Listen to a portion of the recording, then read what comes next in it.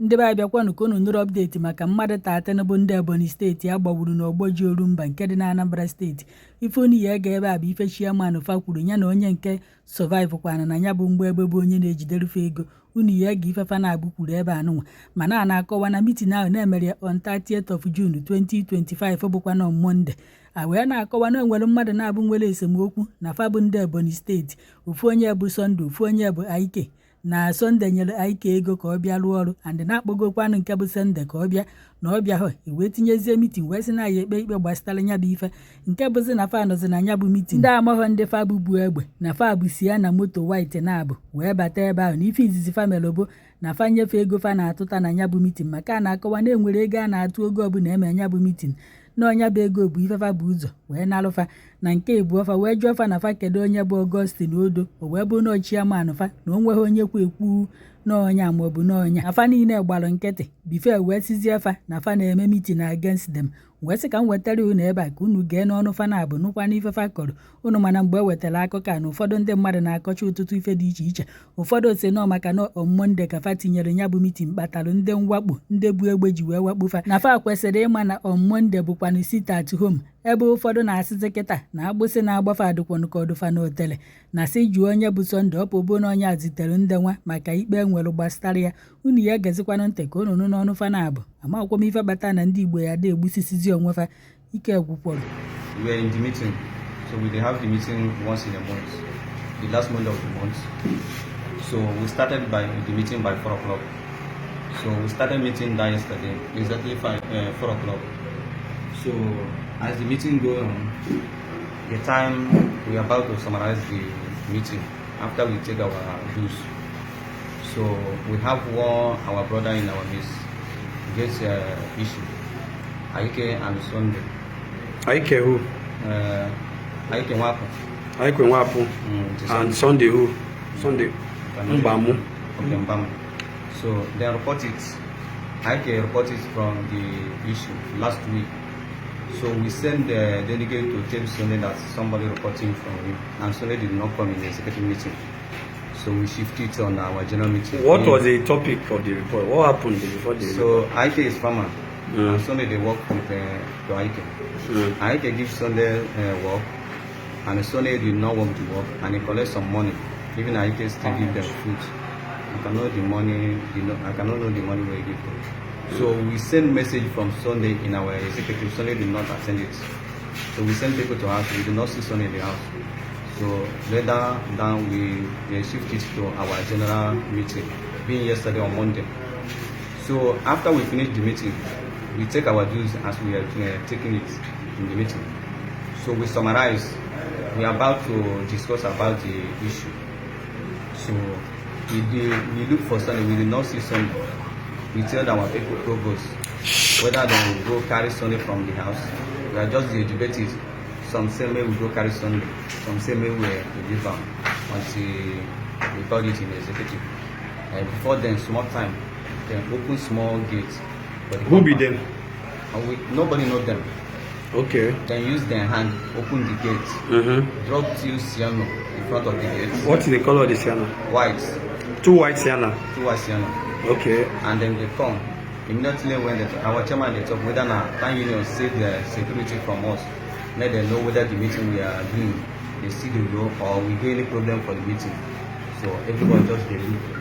Before we know, all of them come surround us. And then surround us. The first thing where they ask the minute, the group where we use the record for our minutes. So secretary show them the group, then collect it with our money.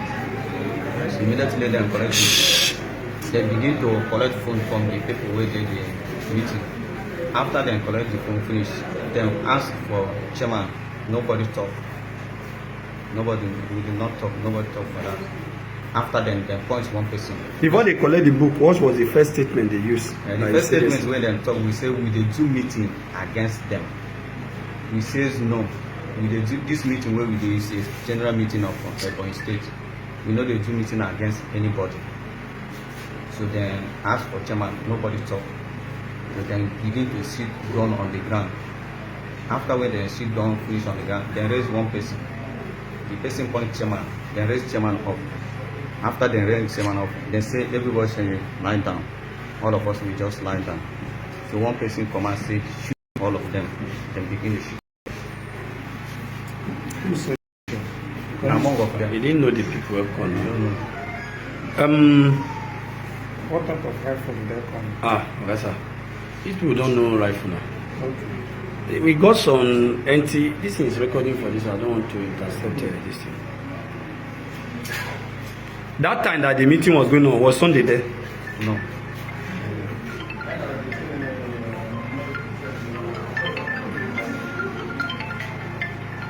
How many of you were in the meeting? About, if you count 200 and we got to about 10,000.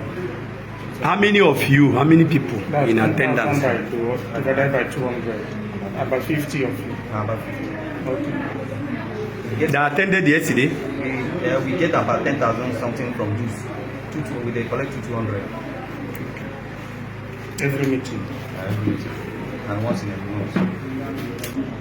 Does Sunday hold any position in the meeting? No. Yourself, any position in the meeting? Treasure. Good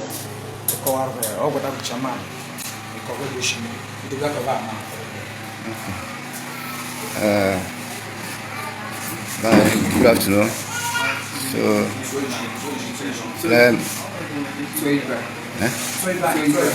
Okay. So long now the chairman of the meeting through Lababushun.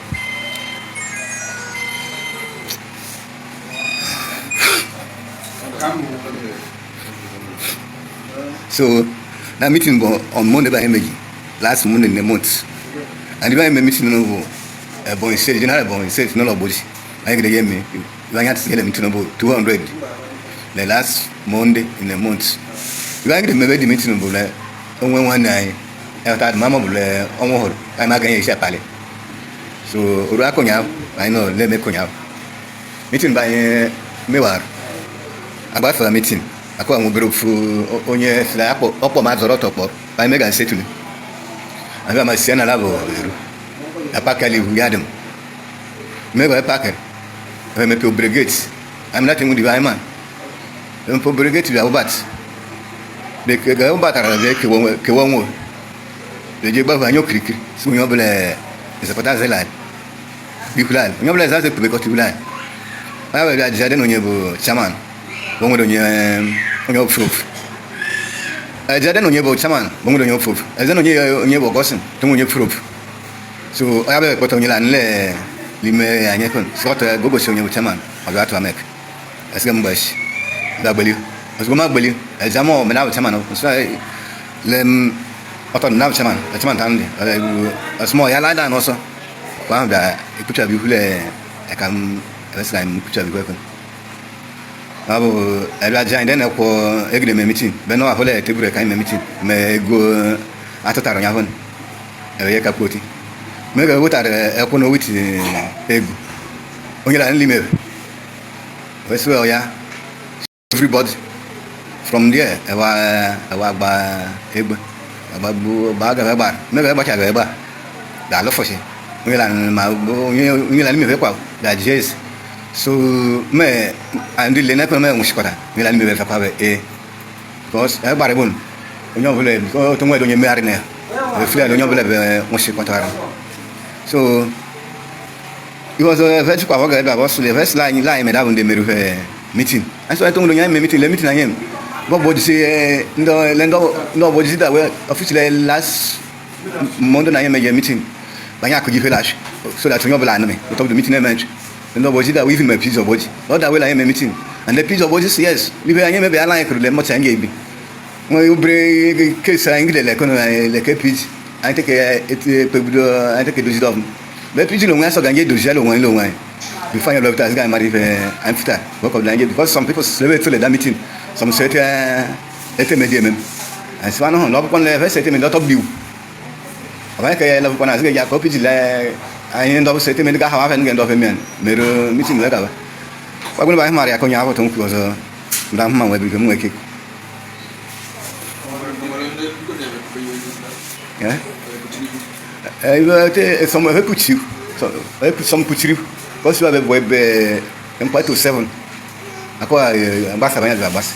Some puchiri of level ye black balan eru liquor man do ko ya te ko. O yugum dagide ma bewo. Okay, whether Panchama na Bonya wewe. Na woni. La wewe. Ifek. Isek. Inside of the mock after the mock, you can play after the mock, and the dog is a Okonye de dagi security.